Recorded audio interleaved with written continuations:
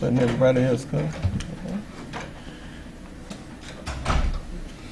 Good morning. I want to thank you all for coming to allow us to brief you and the public on where we think things stand with regard to the severe weather that we believe is going to occur later today.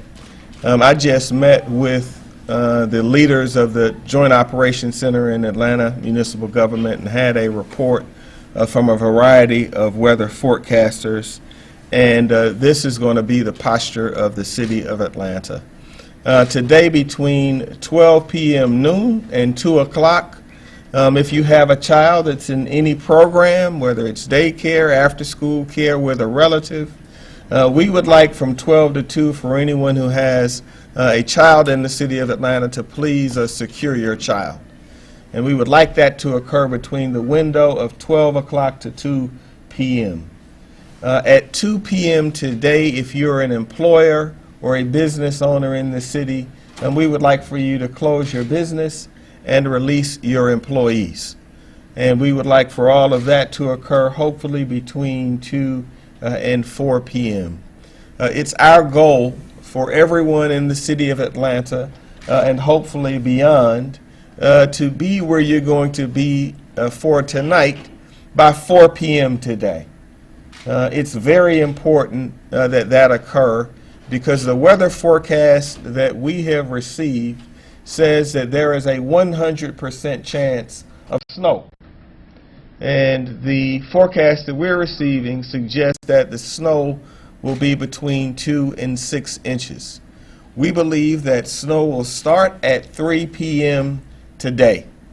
And so we think that the 3 p.m. start will be fairly light, but we don't want to have a mass exodus from the city of Atlanta, which is why we are asking for a staggered approach and a staggered schedule.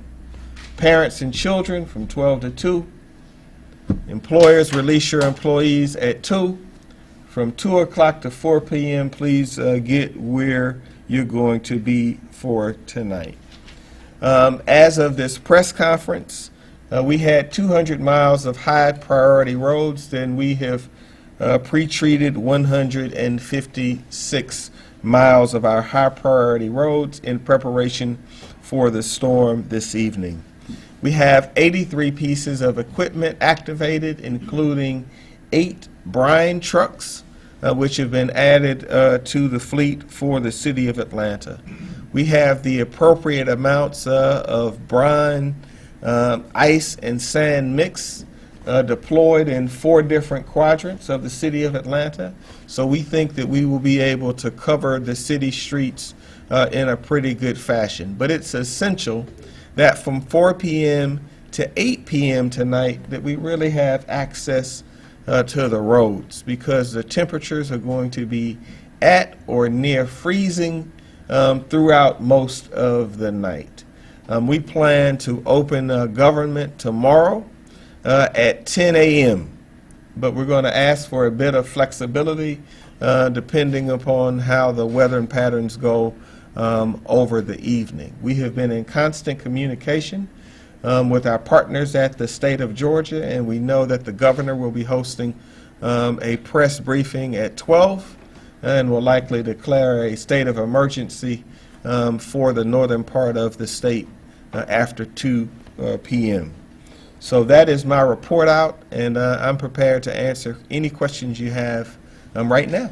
Mayor, as you know, there will be people who say, all right, it's 4 p.m., I'm going to try to push it, I'm going to see if I can stay out a little bit longer. What do you say to people who try to risk that? You know, we say don't push it. Our posture right now and the state's posture is safe, not sorry. The fact of the matter is if folks don't listen to the warning we're providing right now, then we could see a very bad situation on our streets and on our highways. Because what happens is when everybody leaves at once and you add 2 to 6 inches of snow, it eliminates the ability of the state to access the highways and of us to access roads in the city of Atlanta. So we're coming out, it's 11 o'clock right now. We're telling parents in a very direct fashion. I started this morning on V103 at 8 a.m. letting folks know that our goal is from 12 to 2 for families to reunite, from 2 p.m. for employers to release your employees, and at 4 p.m. we want folks to be where they're going to be for tonight. We don't think that we can have a clearer message than that. We already have a significant amount of equipment being deployed. The state does as well, and we've staged in the 4 different quadrants of the city. So we're just hopeful that folks will be tuned in to your stations, tuned in to the radio, because what I think you're going to hear over the next 2 to 4 hours is an unmistakable message. And I just want to be crystal clear.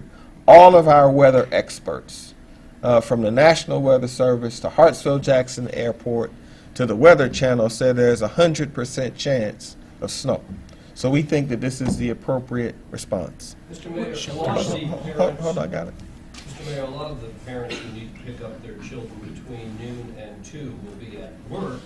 Your deadline, you're asking businesses to release at 2. I'm asking businesses to release parents. If you've got employees with kids, and I'm glad you asked that question. So let me say it slowly. If you've got employees that have kids that need to make arrangements for their children, whether they're with a relative, we want families reunited between 12 and 2. So I'm respectfully asking that if you've got folks at work that have children, that you allow those families to reunite so that we don't have a situation where any children are stranded, because all that causes is for parents to try to do what any parent would do, which would be to try to get to their child. But if they're doing that between 4 and 8 tonight, the possibility of a bad outcome goes up significantly. So that's the 12 to 2 p.m. today should be the family reunification period. Probably need to improve my messaging. The 2 p.m. period on needs to be a general movement of people out of the city to their homes. And then from 4 to 8, all of us in the city and at the state are going to be working night and day to get the city and the region back up running.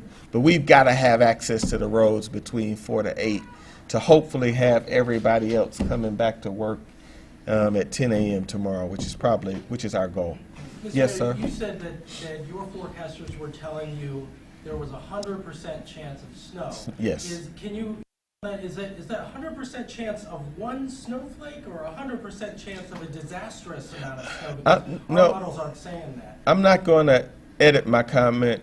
It could be a variety of snow. What we're going to do is, we believe that what we're going to do under the forecast we got, and the forecast that we received is that there is a strong likelihood of between 2 to 6 inches of snow. So I literally just got off the telephone with a group of weather forecasters, and so that's what I'm responding to right now. Okay. And so the decision that we've made is we're going to be on the safe side and not the sorry side.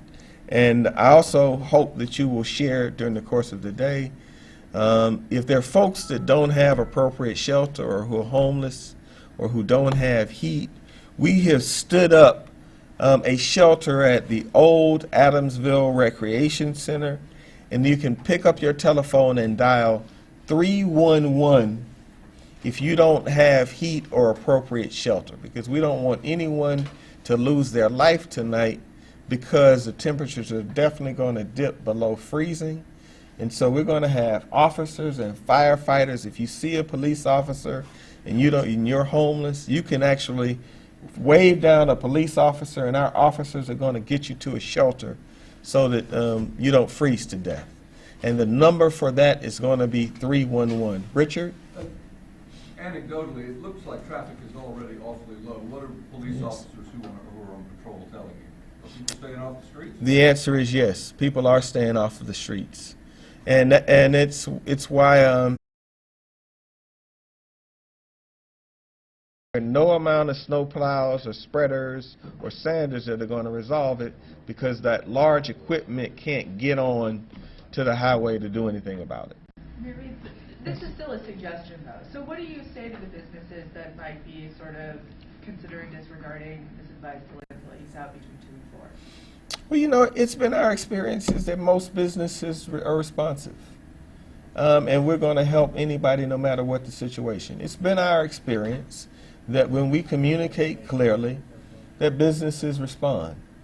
And so that's what we're trying to do. And that's why we're here at 11 o'clock asking that parents be allowed to reunite with their kids between 12 to 2.